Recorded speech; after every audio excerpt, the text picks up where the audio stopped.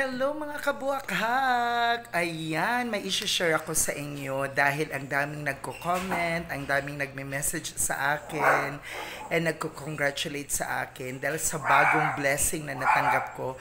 Thank you so much talaga guys. Ayan, another blessing, kaya worth it talaga na i-share sa inyo ang blessing na ito dahil you are part of this blessing. And what is this? A new car!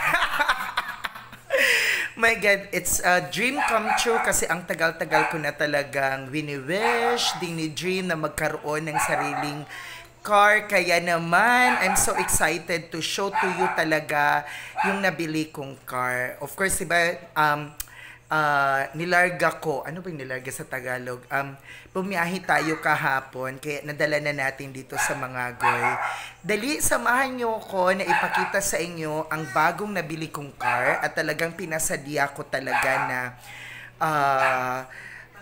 ayusin yung garahe para doon mailagay ang bago kong car. Excited na ba mo mga kabuhakak? My God. Thank you talaga for all the blessings. I'm so grateful talaga sa lahat-lahat talaga. Dali! Ayan. Dali, guys. So, punta tayo doon sa garahean. Zaki! Dali, excited na pa mo. Diyan na siya, guys. Diyan na.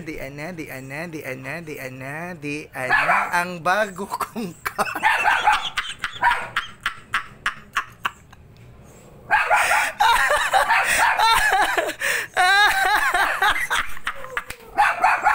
Ayan, ang nabili kong car. Grabe talaga. So, diba, worth it naman, guys, yung biyahe ko sa Butuan.